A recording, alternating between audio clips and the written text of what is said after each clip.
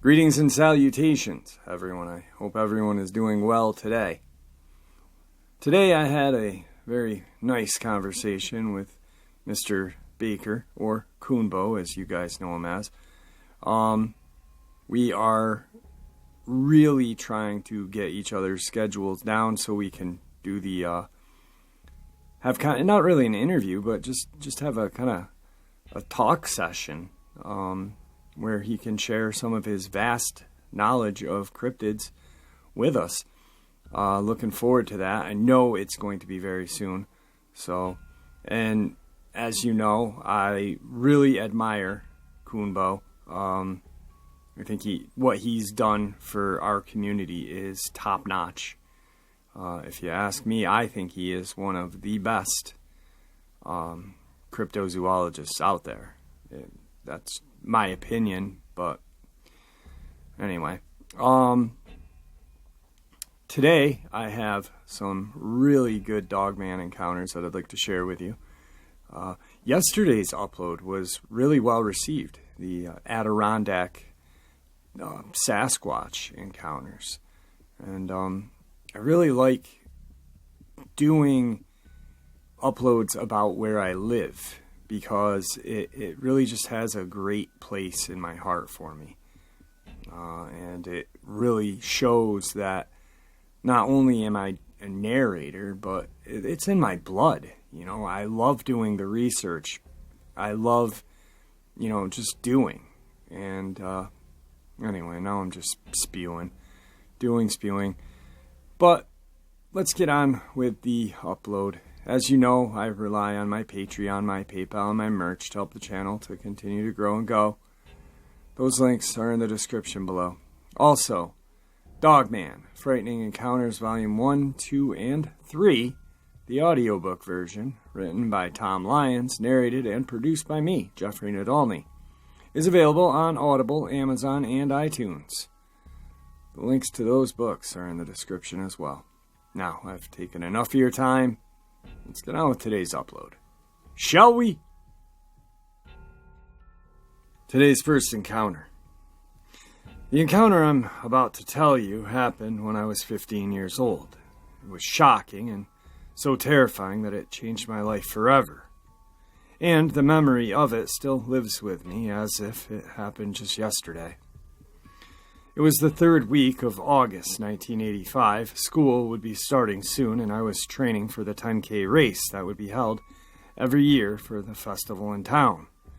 I remember it was a very hot August day with the temperatures pushing close to 100. I was supposed to run 5 miles, but due to the high temps, I put off my run until evening.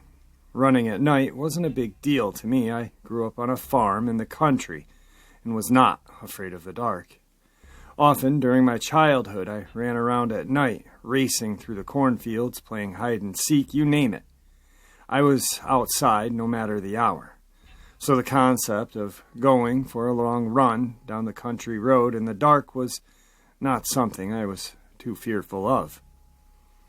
I had my route planned. I'd leave my home, run down the ditch to State Route 4 for about 300 yards until I reached Temple Road, which dead-ended into it. From there, I'd run down Temple until it intersected with State Route 98.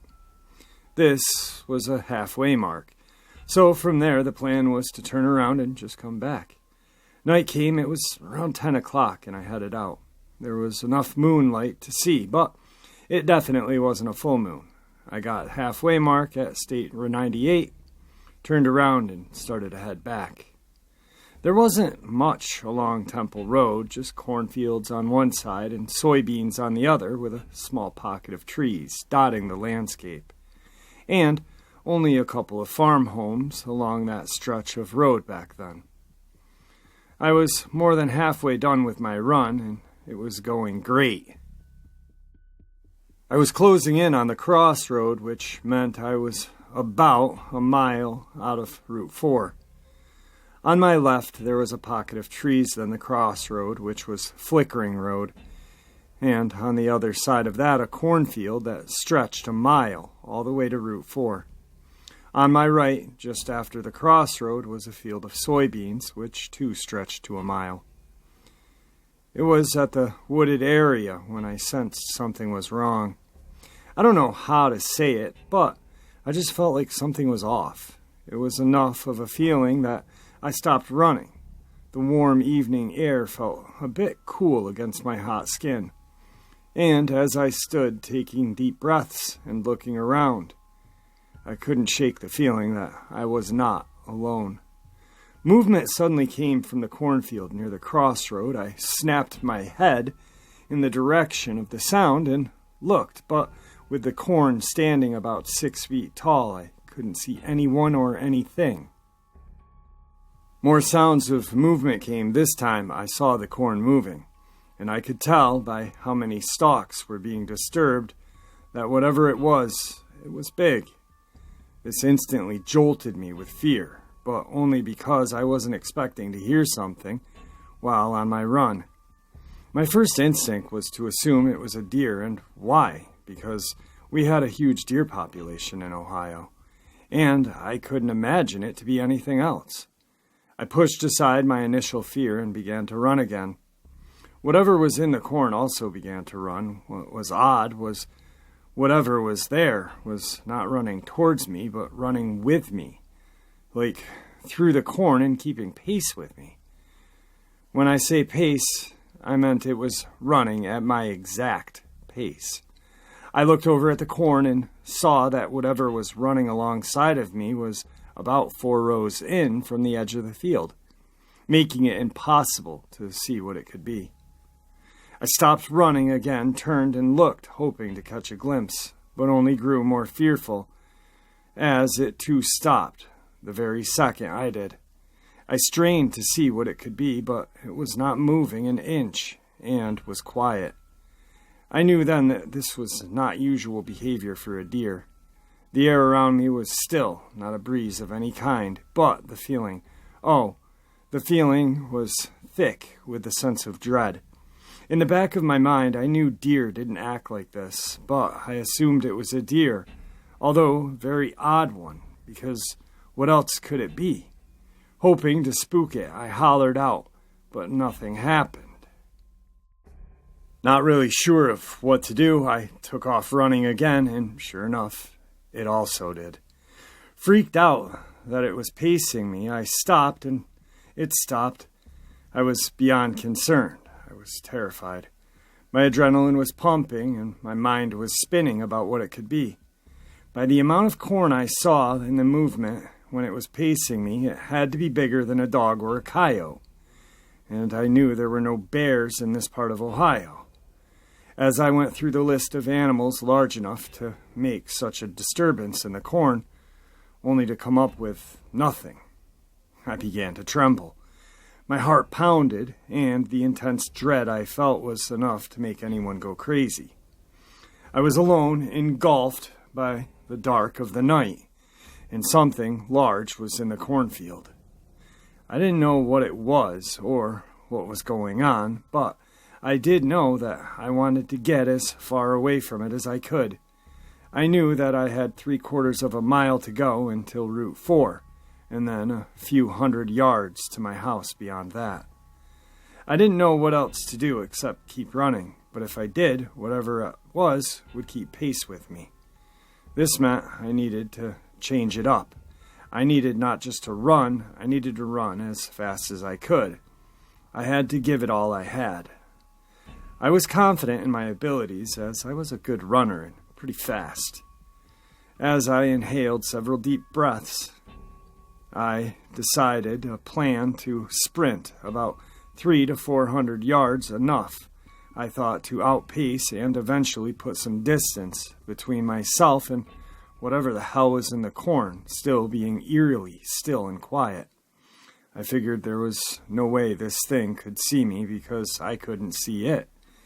And with the fully grown corn being an obstacle, it would have a difficult time keeping up, or so I thought.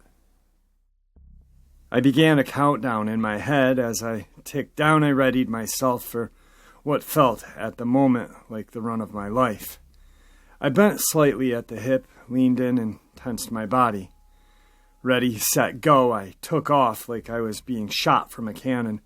For a split second, I felt like I'd be able to outrun this thing, but then I heard it. Like the other 2 times, it was pacing me. Whatever this damn thing was, it was keeping up with me, even though it had to blast through the corn. To do so, I dug deeper and pushed harder. My pace increased, but it was not good. As it kept matching mine, if I went faster, it went faster. I could feel my heart pumping hard and fast. I was giving it all I had, but it was not enough. I covered about 300 yards, and I could feel I was done. Gassed out of steam, unable to keep going, I stopped. And like before, it stopped as well. I now came to the conclusion that whatever this thing was in the corn was not only faster than me, but there was no way it was a person. There was then, and still is now, no one who could run through corn like that. I don't care if you brought an Olympian track star, they wouldn't be able to do it. It's just plain impossible. I stood in the road, a deep feeling of defeat washed over my body. I had totally spent all of my energy to get away from this thing, and I failed.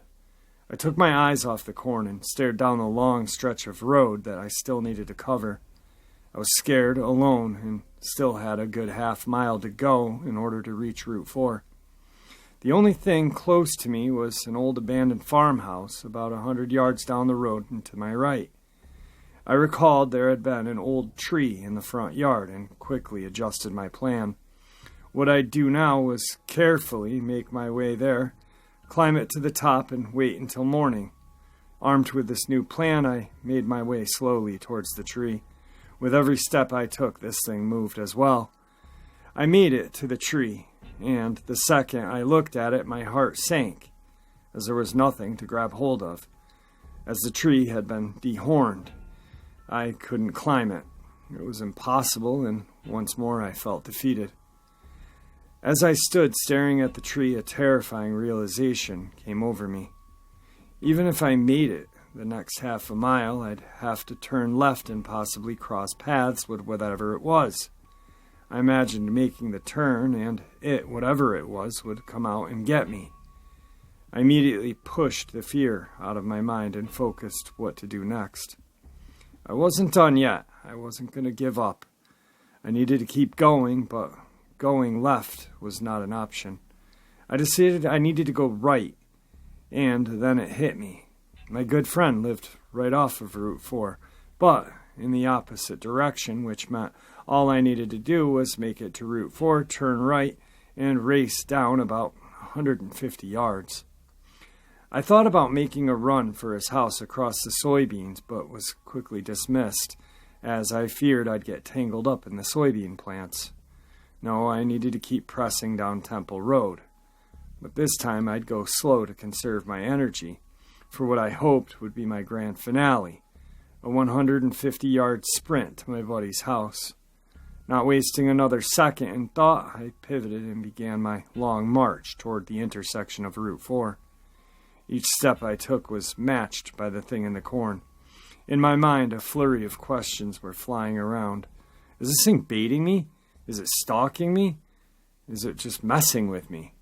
I didn't know what to think. All I knew was it still hadn't come out, but the fact didn't give me any peace of mind, because at any moment it could. And there was no doubt in my mind that if it did, I'd be dead. Route 4 came into view as a car barreled down it, the headlights illuminating the area for a brief moment.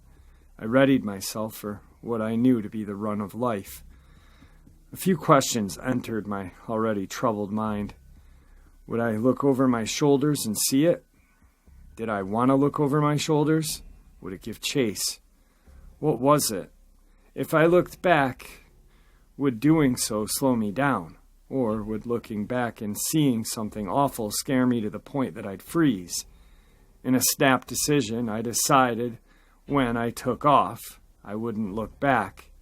I'd just hammer out and run and hope that it didn't come after me. With less than 20 feet to go to the intersection, I picked up my pace, and of course it matched me. I looked to my right, over the rows of soybeans, and didn't see any traffic.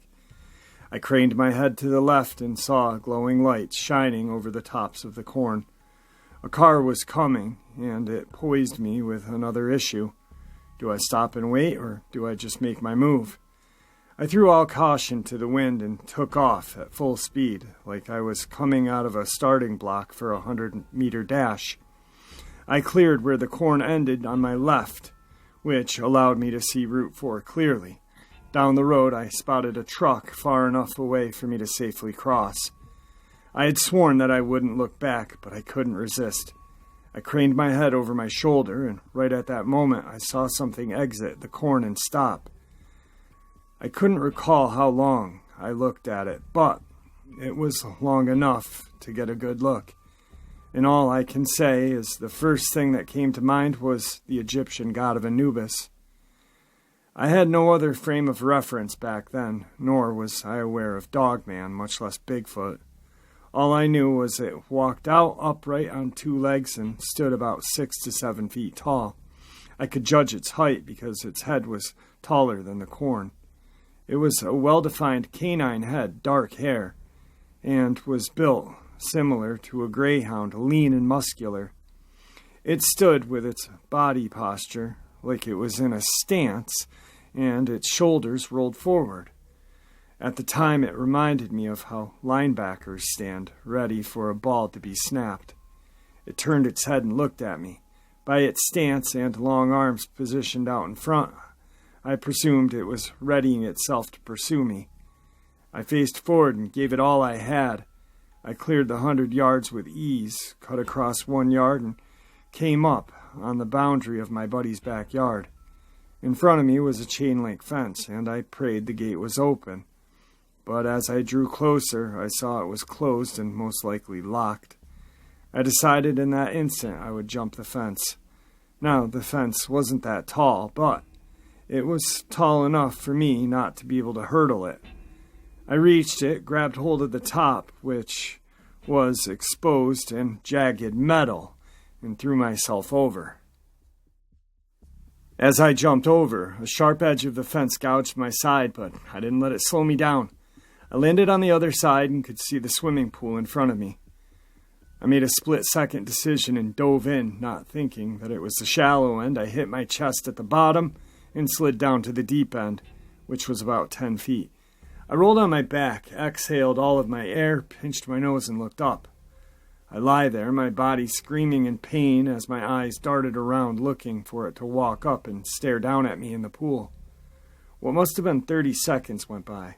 Nothing showed up, no towering figure, no shadows cast down on the pool.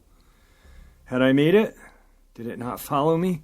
Unable to hold my breath any longer, I swam to the top, quickly looking around, but didn't see it anywhere. I swam to the edge and crawled out. Frantically, I raced to the back sliding door of the house. I didn't know if it was locked or not. I grabbed the handle and pulled. The door flew open. I stepped through the vertical blinds that had been closed for privacy. What I didn't know was my friend's parents were out of town, and what he was not expecting was anyone to suddenly just burst through the door, yet here I am.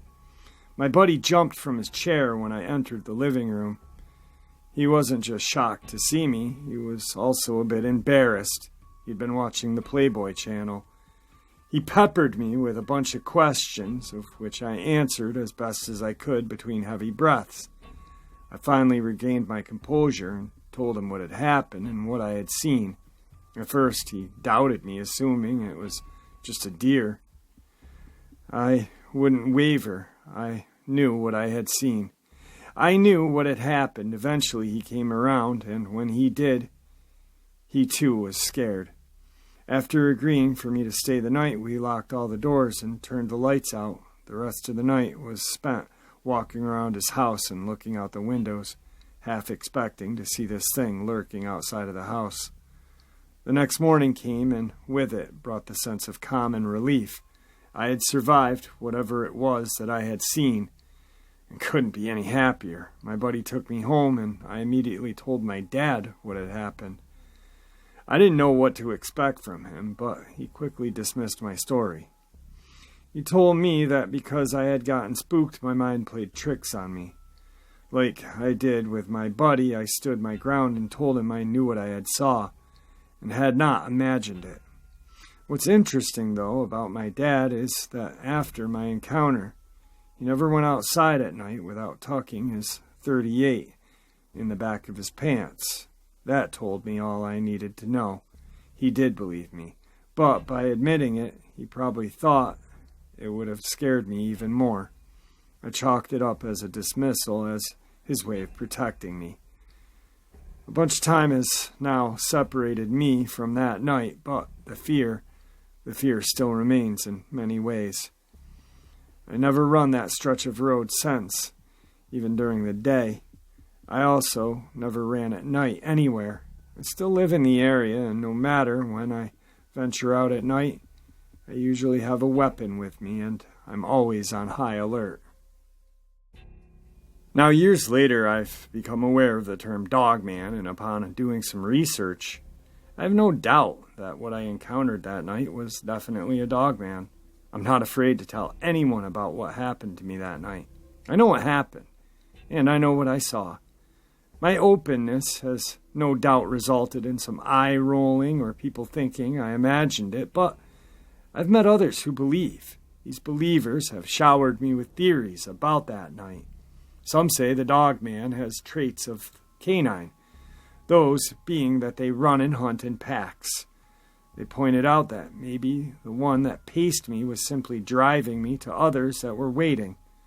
This thought has, and still does, send chills down my spine. What if I had decided to run for my house? Would the one that exited the corn have given chase, or were the others just on the other side of the road in the cornfield? I will never know, but it gives me pause. I still don't know why it never came out of the corn until Route 4. Was it just toying with me? I've replayed that night over and over, again and again, and each time I imagine it coming after me, and what follows is my death. It was faster than me, appeared much stronger, and without a doubt could have run me down and killed me. Yet it didn't. Again, I don't know why it never came after me. I just know I'm happy it didn't. To those who doubt the existence of Dogman, I can tell you that they exist, and there's plenty of open and remote land for them to call home. To those who scoff at stories like mine, I say that history has shown us many tales of strange creatures, only for those creatures to eventually be discovered decades later by the scientific community. For me, it's not only a matter of when, not if, Dogman are scientifically proven to exist. But if it doesn't happen in my lifetime, that's fine. I know what I experienced that night, and I know what I saw as it seared into my memory. So, as a warning to those who don't believe, Dogman are out there. And if you're ever thinking of running late at night, don't. Today's second terrifying encounter. A few years back, I had gotten some bad news that my mother was diagnosed with lung cancer. Not hesitating, I packed up all my things and moved to a rural area east of Oklahoma City to help my brother and his wife care for my mom. I'm a registered nurse and figured my expertise could be helpful. I managed to get a job on the night shift at a facility about 40 miles away. This enabled me to take my mom to her doctor appointments and chemotherapy during the day. My brother's house sat about 3 acres, with the closest neighbor nowhere in sight. The area itself was wooded and sparsely populated. Before I had my encounter, I had 2 other experiences that occurred which I believe may be connected. The first experience happened one night around 9:30 when I was heading to work. I was driving towards town on an old Highway 66. There's nothing around but trees and an old abandoned gas station that is not designated as a historical landmark. I was focused on the road when suddenly deer came running across the highway in front of my car. As a note, when I say highway, it's really a 2-lane road. The way the deer acted, they appeared like they were running or fleeing from something or being chased. I slammed on the brakes to avoid hitting them and came to a full stop. My knuckles were wrapped around the steering wheel and my heart was thumping out of my chest from almost hitting the deer. To my right sat the abandoned gas station, no other cars on the road. Just as I was about to take off, I heard a growl. I didn't know what to think. I looked, and it didn't seem to be coming from the gas station. Fear started rising up. Not sure what I was hearing, but not wanting to stay around any longer, I took off. I got to work safely, but I was shaken. I finally brushed it off and thought it was probably a local animal. Coming from Colorado, we have big cats, so maybe they have something similar in Oklahoma, and the cat was chasing the deer. Days later, I was driving down the same stretch of road at night, when to my left, I saw a pair of red glowing eyes. What was odd was they were very high off the ground. I was thinking to myself what it could be, and instantly thought of the growl I heard. I drove home without incident, but felt the need to go back and investigate during the day to see if there was something there that might have been reflecting the light, but didn't find anything. Some time had passed, and I was at my brother's house. I had just gotten a new camera. I hadn't quite mastered it. I went to the front yard, which was about an acre in size, with a 6-foot fence around the perimeter. Something to note, the front door of his house is always locked. They never use it, as people come and go by using the kitchen door.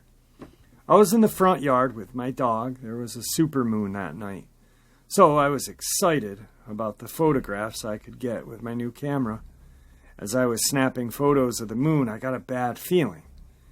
It was enough that I decided to take my dog back inside. I immediately went in and went back out, shot a few more shots. Eager to see some of the shots I had taken, I went back and sat on the front porch. As I was scrolling through the pictures, I caught something out of the corner of my eye.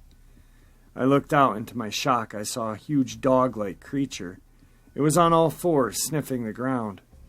It was walking so that I only saw its profile, and it ended up about 15 feet in front of me.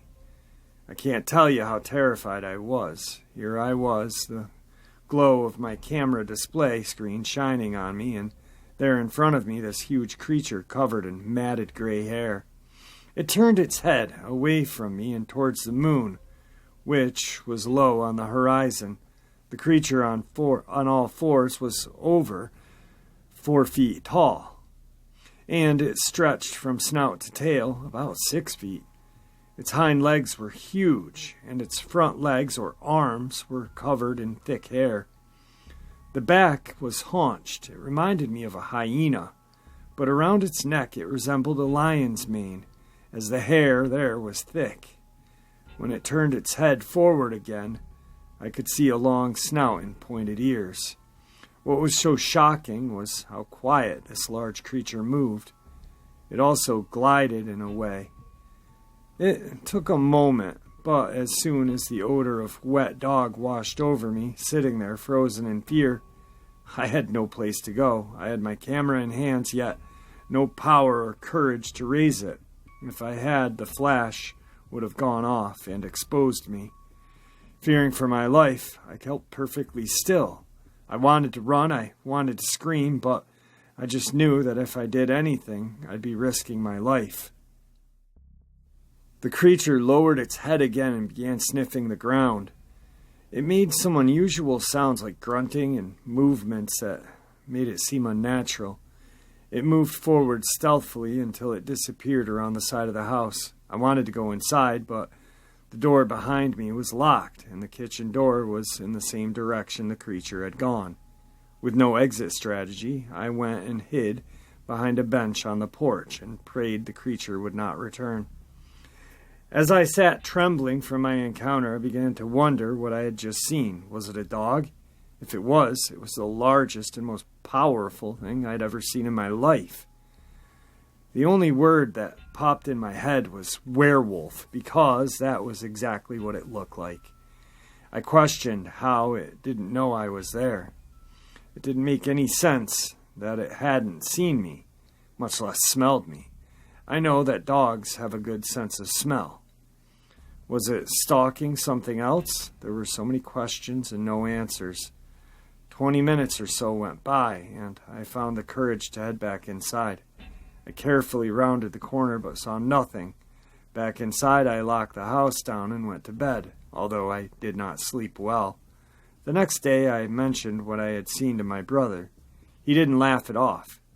He simply said that there were big dogs around the area. I told him that this was not a big dog per se, but something huge, massive in size, much larger than any dog I had ever seen. I went to work later on and told some coworkers. Their response was typical of most, as they laughed and said I was crazy. I spent the next year at my brother's house living in fear of encountering this creature again, but thankfully never saw it again. Since then, I've become obsessed with figuring out what I saw, knowing that I'm not alone, as others have seen something very similar. I feel vindicated that I am not crazy or that I hadn't mistaken what I saw. I've been asked if I'm grateful for my sighting, and I'd say I'm not, although I would see one again, but only in a safe place, like in a tank. Alright guys, some pretty terrifying encounters right there. Now, I was kind of doing the math, and if that thing stood up, it would have easily been over 7 feet tall. Easily. And I kind of get what this thing was smelling. I think it did know that they were there on the porch, that she was there on the porch, but I get a sense that it was hunting her dog. I don't think it was interested in her. I think it was interested in her dog, and that it was probably the best decision to make, putting the dog inside. I don't know why it didn't look at her or acknowledge her. That's very strange, but yeah, I definitely think it was going after her dog. I want to thank everyone for listening today, and hopefully very soon we can have Kumbo on, and that's just going to be a kick-ass upload, because that guy knows a lot, a real lot, and I love talking to him, so I'm really excited about a chance to get to do another kind of interview gab session with him. So anyway, have a great night, guys, and thanks for always listening.